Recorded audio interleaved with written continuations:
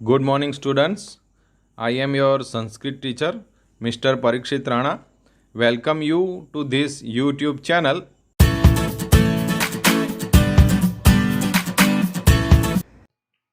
Friends, today we will discuss our grammar point Upapad Vibhakti.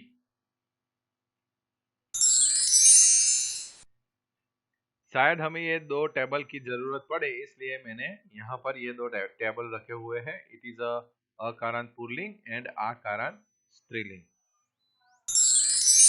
अब हम देखते हैं उपपद विभक्ति. द पर्पस ऑफ उपपद विभक्ति. So when, because of some words used as near means up, certain case has to be used, then that case is known as उपपद विभक्ति. कुछ वर्ड्स ऐसे हैं कि जिसके सेंटेंस में आने से हमें कई प्रकार की केसेस का यूज करना पड़ता है. यानी कि प्रथमा, द्वितीय, तृतीय, चतुर्थी ऐसी डिफरेंट विभक्ति का हमें यूज करना पड़ता है. कुछ ऐसे वर्ड्स आने से तो उसको हम उपपद विभक्ति कह सकते हैं. फॉर एग्जाम्पल, गणेशाय नमः. इस सेंटेंस में नमः वर्ड आने से इस वर्ड के साथ चतुर्थी विभक्ति यूज हुई है. तो कहने का तात्पर्य यह है, जब भी नमः वर्ड सेंटेंस में आए तब चतुर्थी विभक्ति ही यूज हो सकती है और होती है. तो यहाँ पर नमः वर्ड आने से ये जो गणेश आए हैं वो चतुर्थी एक वचन का फॉर्म है. नमः वर्ड की वजह से हमने यहाँ पर चतुर्थी एक वचन का फॉर्म यूज किया है.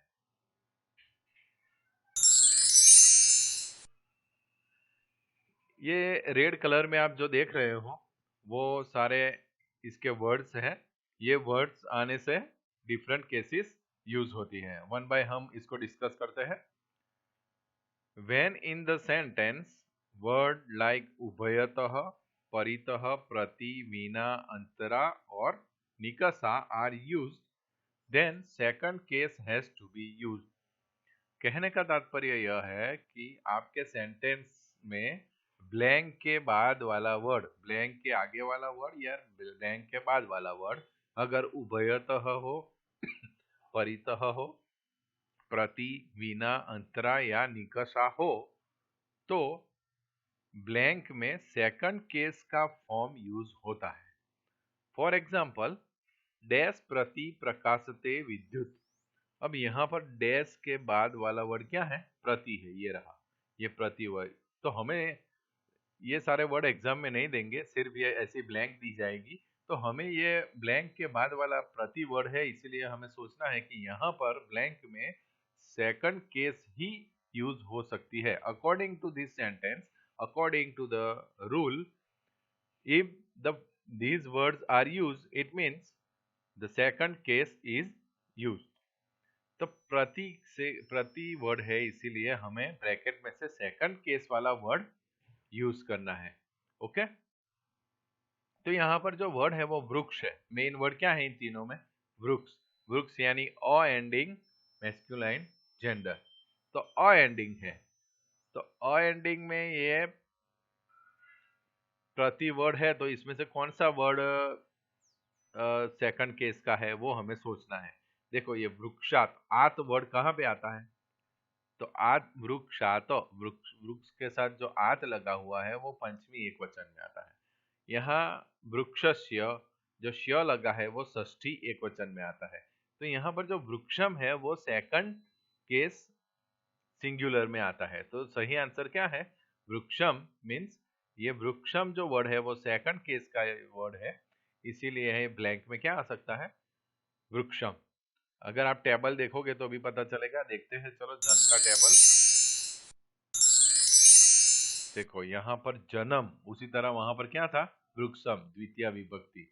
अब देखो पंचमी विभक्ति में तो जनात, आत वर्ड आता है, षष्ठी में श्य वर्ड आता है. ओके.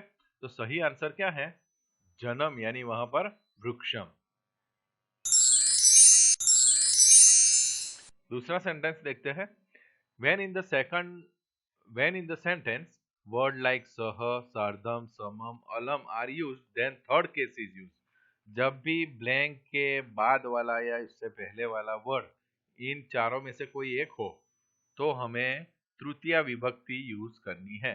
तो यहाँ ब्लैंक के बाद वाला वर्ड क्या है? स है, इसीलिए इन ब्रैकेट में से हमें तृतीया विभक्ति का वर्ड यूज करना है। ये देखो रामम अनुस्वार वाला वर्ड है, इसीलिए वो सेकंड केस में आता है। यहाँ पर रामात आत वाला वर्ड है, इसीलिए वो पंचमी विभक्ति में आता है। पर रामेण वो क्या है?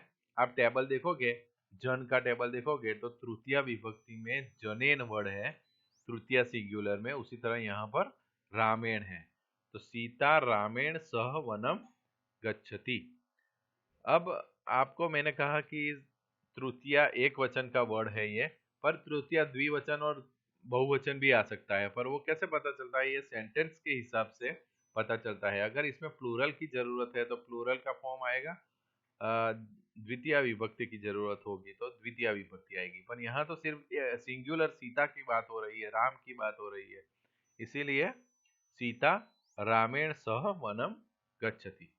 Okay, now the third one, when in the sentence word like नमः, स्वाहा, स्वस्ति,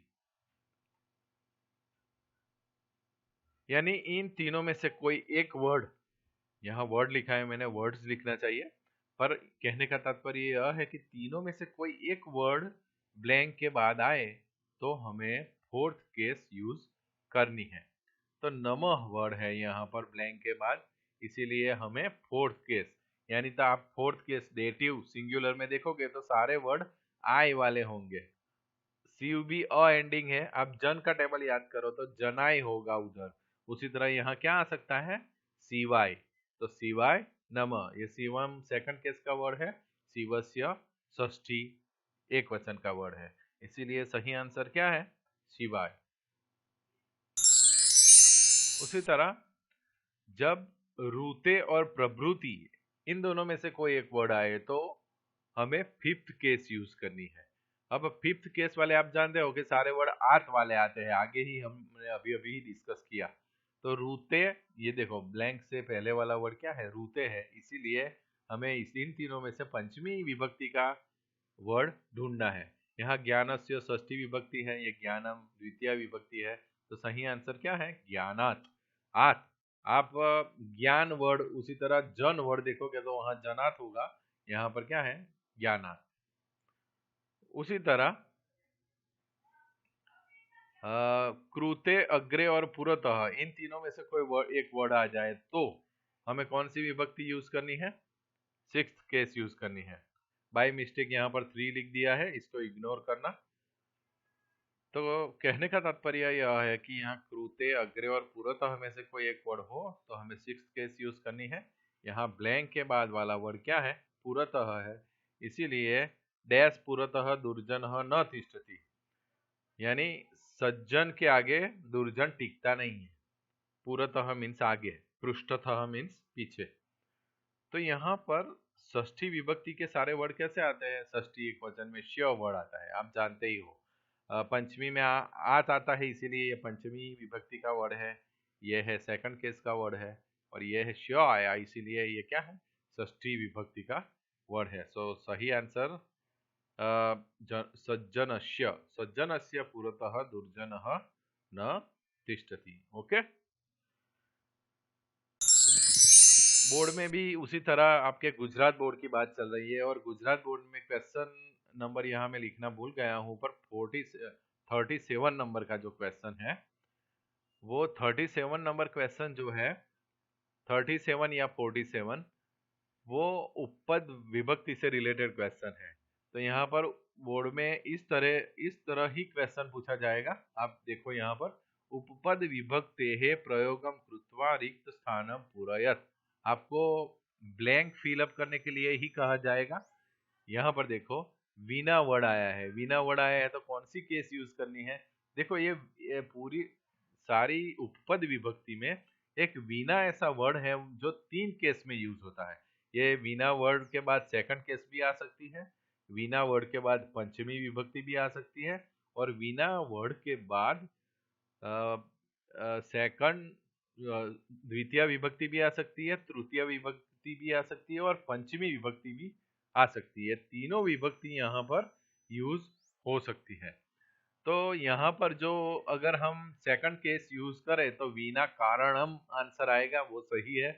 अगर हम तृतीय विभक्ति यूज करें तो विना कारणेन आएगा, वो भी सही है। और हम पंचमी विभक्ति यूज करें तो विना कारणात, ये भी सही है।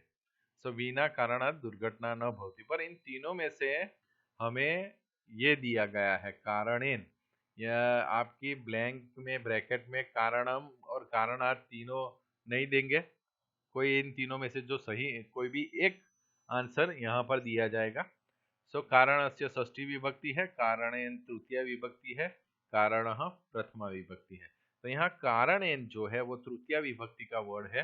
अकॉर्डिंग टू रूल विना वर्ड आए तो सेकंड, थर्ड या तो फिफ्थ में से कोई एक विभक्ति यूज होती है। यहाँ पर ब्रैकेट में तृतीय विभक्ति का फॉर्म दिया गया है, इसीलिए सही आंसर क्या है? कारणेन। सो विना कारणेन दुर्घटना न भवति। So thank you very much for listening this video. Next grammatical point or any other things we will discuss in next period.